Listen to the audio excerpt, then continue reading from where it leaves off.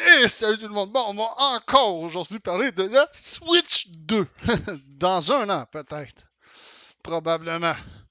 Parce que ça sera pas tout de suite. Parce que Nintendo veut y couler le plus de Switch possible présentement. C'est normal. Ils veulent pas être pognés avec un retour de stock non plus énorme. Là.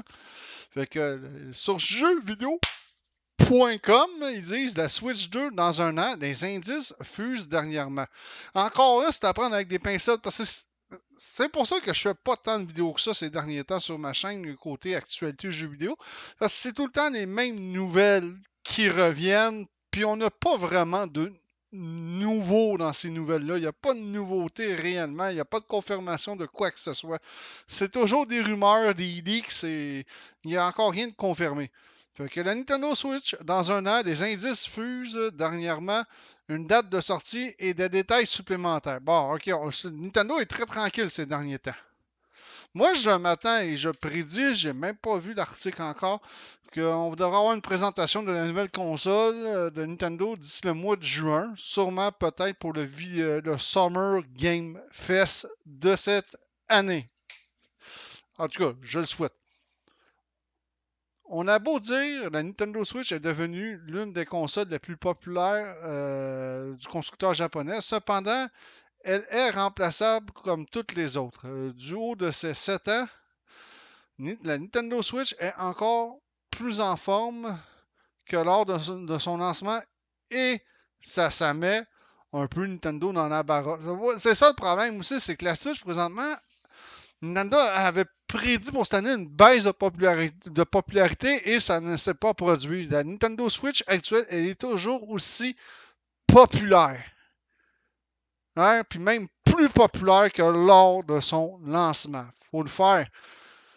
De ce côté-là, il faut vraiment le faire. C'est vraiment là, la Switch, c'est vraiment un carton, si on pourrait dire ça comme ça. Ça a cartonné au bout.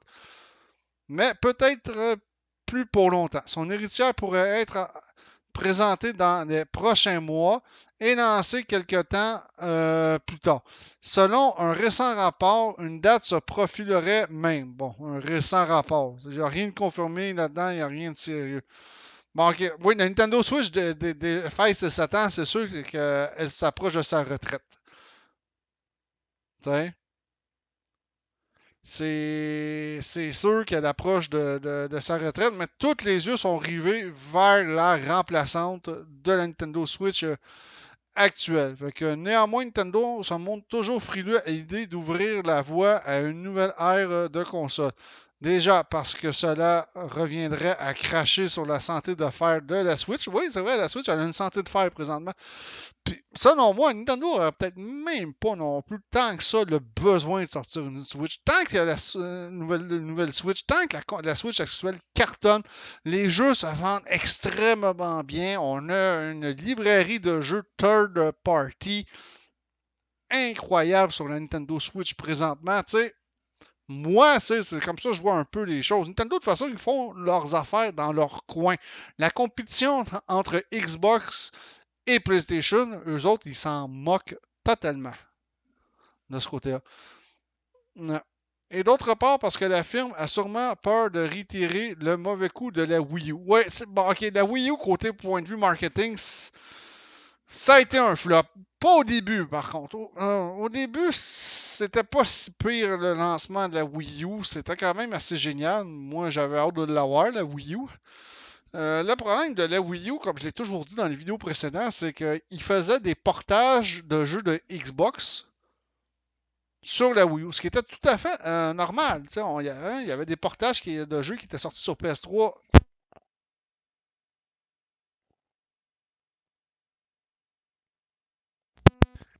et Xbox 360. Le problème, comme j'ai déjà pris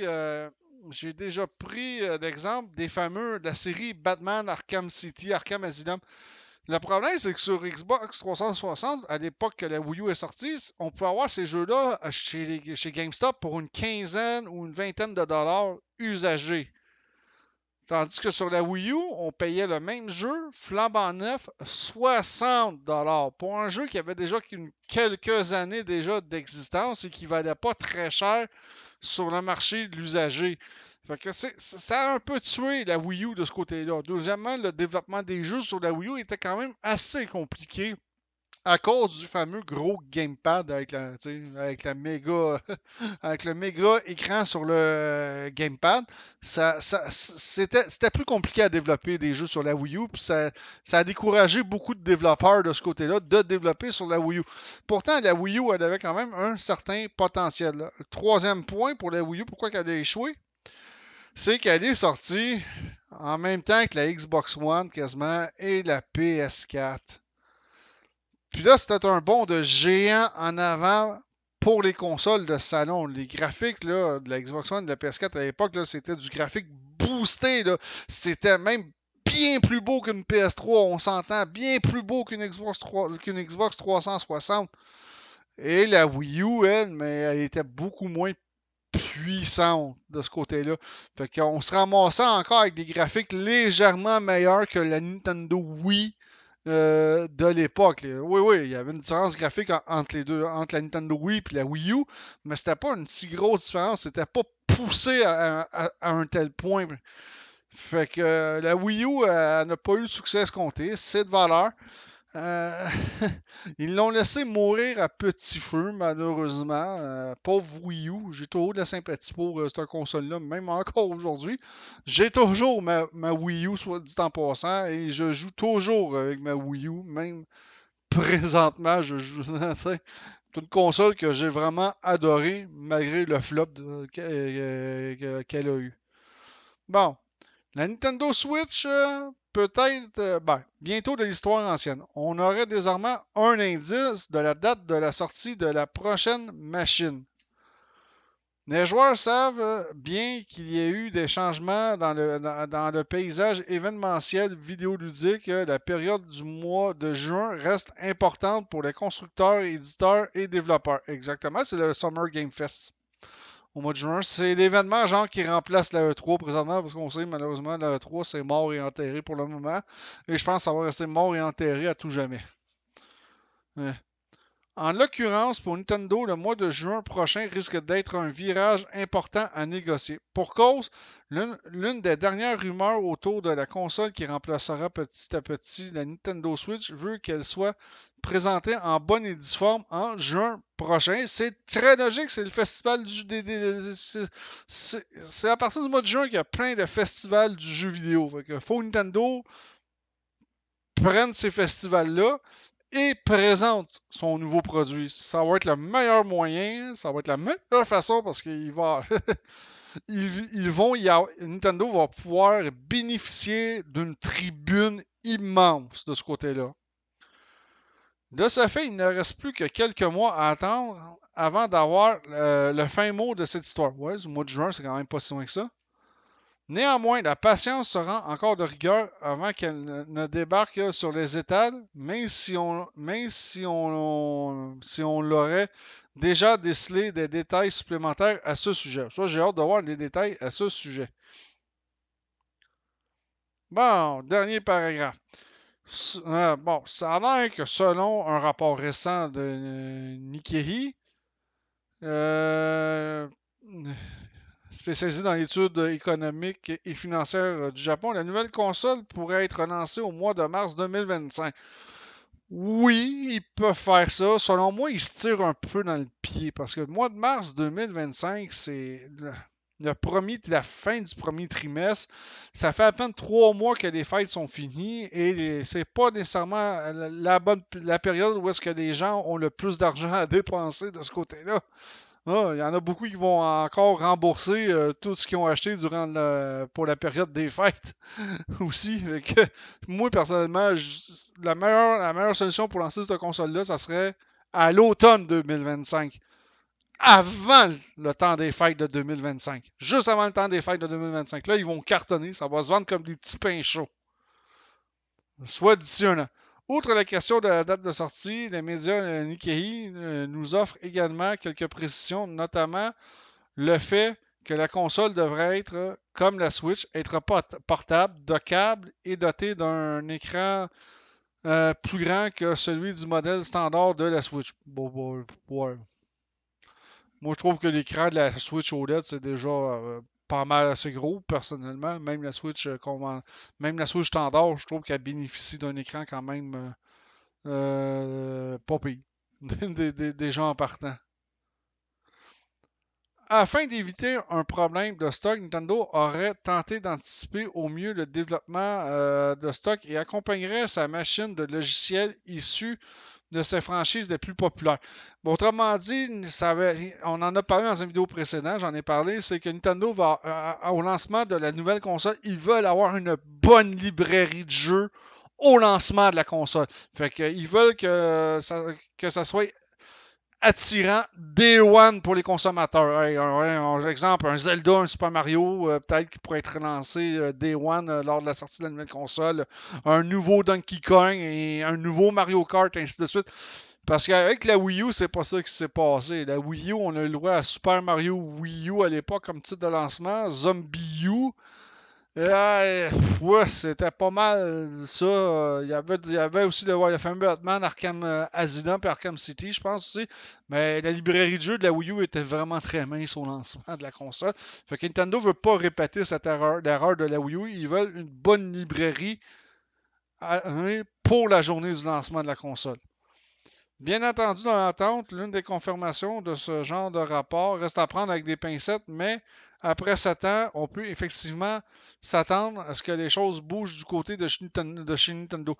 Oui, mais Nintendo, il peut t'offrir ça encore. Il pourrait t'offrir la Switch dans sa version actuelle encore pour un bout de temps. Regarde, il y a eu la Nintendo 3DS, il y a eu la DS Lite, qui était un refresh de la DS, qui était légèrement plus performante. Après ça, il y a eu la DS Lite. Y a-tu eu une DS XL? Je pense que oui, mais moins sûr parce que Nintendo. Moi, j'ai possédé la DS Lite. Il y a eu la DSi. C'est vrai, c'est pas une XL qu'il y a eu, c'est la Nintendo DSi. Je pense qu'il y a eu une Nintendo aussi DSi XL. Puis c'était toutes des consoles qui étaient légèrement plus performantes par rapport à l'une à l'autre. C'était pas grand-chose, tant que ça. Même chose pour la Nintendo 3DS. Il y a eu la Nintendo 3DS première génération. Il y a eu la Nintendo 3DS XL qui était légèrement plus performante que la Nintendo 3DS première génération. Puis il y a eu la Nintendo New 3DS format XL qui était plus puissante qu'une 3DS XL, mais pas par tant que ça. Là. On parle d'une coupe de centaines de mégahertz qui était pas quand même pas une panacée non plus. Je parle à l'époque, c'était pas une panacée. Là. Tant que ça. Oui, les chargements se faisaient un peu plus vite, mais quand même. Pas tant que ça. On va souhaiter au deuxième article la Nintendo Switch 2, son véritable nom dévoilé en avance par YouTube. Ça, c'est à prendre avec des pincettes. Fait que la Nintendo Switch, son vrai nom, ça sera un leak, ça serait une Switch Attache. Ce serait le véritable nom de l'hypothétique Nintendo Switch 2. Pour ma part, je pense plutôt qu'il s'agit d'une erreur d'un Nintendo Switch Attachment abrégé qui aurait dû être remplacé par un simple Nintendo Switch Attachment, signifiant pièce jointe ou saisie en anglais. Que pensez-vous de ce nom pour la future console, la Switch Attache? Ça, là, je ne resterai pas longtemps sur cet article-là, mais oui, ça s'appelle la Nintendo Switch Attache. La Switch Attache, ouais, ça sonne pas très bien à mon oreille selon moi. Puis pourquoi Attache? Parce qu'on peut la docker sur une télévision. C'est pas clair, mais ça c'est purement un leak, c'est même pas officiel que ça va s'appeler Nintendo Switch Attache. On va falloir attendre encore que Nintendo nous fasse une véritable conférence officielle. Et comme j'ai dit, ça va sûrement être à la Summer Game Fest de cette année au mois de juin. D'après moi, c'est là qu'on va avoir beaucoup, mais beaucoup plus de détails. Fait que là-dessus, je vous dis ciao tout le monde, à la prochaine.